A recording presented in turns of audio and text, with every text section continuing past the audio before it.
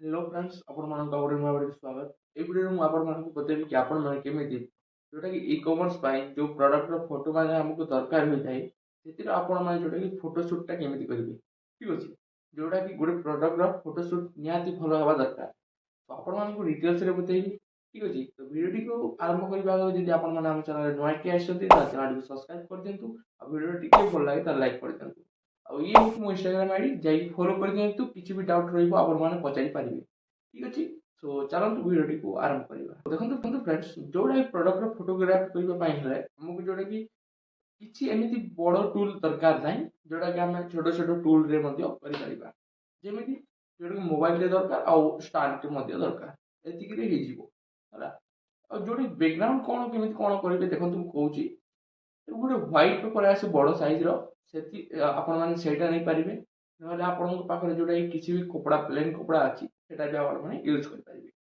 Show ଆପଣମାନେ ଏଇ ଫଟୋଟା ଦେଖନ୍ତୁ ଯୋଉଟା କି ମୁଁ ମୋ ପ୍ରଡକ୍ଟଟା ଫଟୋ ଯୋଉ ଫଟୋ ସୁଟ୍ କରିବା ପାଇଁ ଏମିତି ରଖିଛି ଟି ସାର୍ଟକୁ ଆଉ ତଳରେ ଯୋଉଟା କି ଗୋଟେ ମାନେ ଗଦି ଟାଇପର ଅଛି ହେଲା। ବ୍ୟାକଗ୍ରାଉଣ୍ଡରେ ସେଇ କପଡ଼ା ଅଛି। ତ ଏଇଟା ମୁଁ ଫଟୋଟା କ୍ଲିକ୍ କଲି। ଆପଣମାନେ ବି ସେମିତି ଯୋଉଟା କି ପ୍ରଡକ୍ଟକୁ ରଖିକି ଯେ ଯୋଉ ପ୍ରଡକ୍ଟ ବି ହଉ କିଚେନ ପ୍ରଡକ୍ଟ ହଉ କିମ୍ବା କ୍ଲୋଥିଂ କ୍ୟାଟେଗୋରୀ ପ୍ରଡକ୍ଟ ହଉ ଯୋଉ ବି ପ୍ରଡକ୍ଟ ହଉ ହେଲା ଯେତିକିରେ ହଉଛି ସେତିକିରେ କର। ସୋ ଆପଣମାନେ କଣ କରିବେ ଫଟୋଟା କ୍ଲିକ୍ କରିଦେବେ ଫାଷ୍ଟ। କ୍ଲିକ୍ କଲା ପରେ ଆପଣମାନେ କଣ କରିବେ ଦେଖନ୍ତୁ ଯୋଉଟା କି ଆମେ ଯଦି ଏଡିଟ୍ କରିବା ନିଜେ ଯୋଉଟା କି ଏବେ ଦେଖ ମୋ ଟି ସାର୍ଟଟା ଯୋଉ ଟି ସାର୍ଟଟା ମୁଁ ଫଟୋ କ୍ଲିକ୍ କରିଛି ଯଦି ସେଇଟା ମୁଁ ପିନ୍ଧିକି କରିବି ତାହେଲେ ବେଟର ରହିବ ବହୁତ ଭଲ ରହିବ ସେଇଟା। ଯୋଉଟା କି ପିନ୍ଧିକି କଲେ ସବୁ କିଛି ମାନେ ଜାଣି ହେବ ଆଉ ଭଲ ରହିବ ସେଇଟା। ସୋ ମୁଁ ଏଇଟାକୁ କେମିତି ଯୋଉଟା କି ମଡେଲକୁ ପେହନାଇବି ସେଟା ବି ମୁଁ କହିବି। ଯୋଉଟା କି ଦେଖ ଯଦି ଆମେ ଏକଲା ହିଁ ବିଜନେସକୁ ରନ୍ କରୁଛେ ତାହେଲେ ଆମେ ଯୋଉଟା କି ଏଇ ଯୋଉ ମୁଁ ଆପଣଙ୍କୁ କହିବି ଏବେ ଯୋଉଟା କି କେମିତି ଆପଣମାନେ ଯୋଉଟା କି ସେଇ ଟି ସାର୍ଟକୁ ମଡେଲକୁ ପିନ୍ଧେଇ ପାରିବେ ହେଲା ଯେକୌଣସି ଡେମୋ ମଡେଲକୁ ଯୋଉଟା କି ମୋବାଇଲରେ ଏଡିଟ୍ ହେଇଯିବ।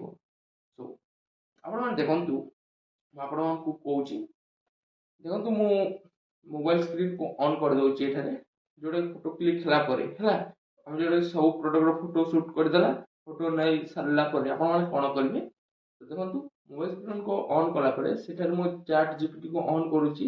ଆଉ ଏଥିରେ ଆପଣମାନେ ଦେଖନ୍ତୁ ଯୋଉଟା କି ମୁଁ ଫଟୋ ସିଲେକ୍ଟ କରୁଛି ଯୋଉ ଫଟୋ ମୋର ଯୋଉଟା ମଡେଲକୁ ପେହ୍ନାବାର ଅଛି ହେଲା। ମୁଁ ଯୋଉଟା ଯୋଉ ଟି ସାର୍ଟକୁ ଚୁଜ୍ କଲି ଏଠାରେ ଯୋଉଟା କି କିଛିଟା ଆପଣମାନଙ୍କୁ ଲେଖିବାକୁ ପଡିବ। ଦେଖନ୍ତୁ ମୁଁ ଲେଖି ଦଉଛି ମୁଁ କାଟେଗୋରୀ ୱାଇଜ ଯୋଉଟା ମୁଁ କରିବା ପାଇଁ ଚାହୁଁଛି ସେଟାରେ ତ ସେଇଟା ମୁଁ ଲେଖିଦେଲି ତାପରେ ଯୋଉଟା କି ସବମିଟ୍ କରିଦେଲି। ସବମିଟ୍ କଲା ପରେ କିଛି ଟାଇମ୍ ପରେ ହେଲା କିଛି ଟାଇମ୍ ପରେ ଆପଣମାନେ ଦେଖନ୍ତୁ ଏଠାରେ କି ଯୋଉଟା ମୋ ଫଟୋଟା ରେଡି ହେଇକି ଆସିଗଲା। ଯୋଉଟା କି ମଡେଲ ମଧ୍ୟ ପିନ୍ଧିଦେଲା ଟି ସାର୍ଟଟା ଆଉ ଯୋଉଟା କି ମତେ ଫଟୋଟା ମିଳିଗଲା। ବୁଝିଲେ ବହୁତ ଇଜି। ତ ଆପଣମାନେ ଯଦି ଚାଟ୍ ଜିପିଟି ଥ୍ରୁ ଆପଣ ଆପଣଙ୍କ ପ୍ରଡକ୍ଟର ଯୋଉଟା କି ଇମେଜକୁ ବହୁତ ଭଲ କରିପାରିବେ ହେଲା।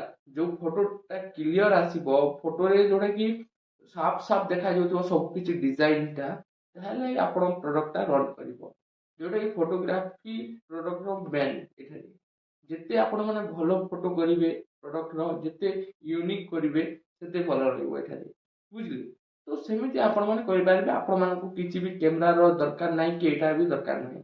ଆପଣମାନେ ଯୋଉଟା କି ଧରି ନିଅନ୍ତୁ କିଚେନ ୱେର୍ ପ୍ରଡକ୍ଟ ଚୁଜ୍ କରୁଛନ୍ତି ତାହେଲେ ଆପଣମାନେ ଯୋଉଟା କି ଫଟୋ ଫାଷ୍ଟ କ୍ଲିକ୍ କରିବେ ତାପରେ ଆପଣମାନେ ଯୋଉଟା କି ଚାଟ୍ ଜିପିଟିକୁ ଯାଇକି ସେମିତି ଗୋଟେ ପଏଣ୍ଟ ଲେଖିକି ସେଠାରେ ଆପଣମାନେ ସବମିଟ୍ କରିଦେବେ ଆପଣଙ୍କୁ ସେ ଦେଇଦେବ। ଆଉ ଯୋଉଟା କି ତାର ମନ୍ଥଲି ଚାର୍ଜେସ୍ ରହୁଛି ଚାଟ୍ ଜିପିଟିର 399 ହେଲା। ଯୋଉଟା କି ଆପଣମାନେ ଫ୍ରିରେ କରିପାରିବେ ଯୋଉଟା କି ଆପଣମାନେ ଚାଟ୍ କରିପାରିବେ ହେଲା। ତାପରେ ଯୋଉଟା କି ଆପଣମାନଙ୍କୁ ପେ କରିବାକୁ ପଡିବ।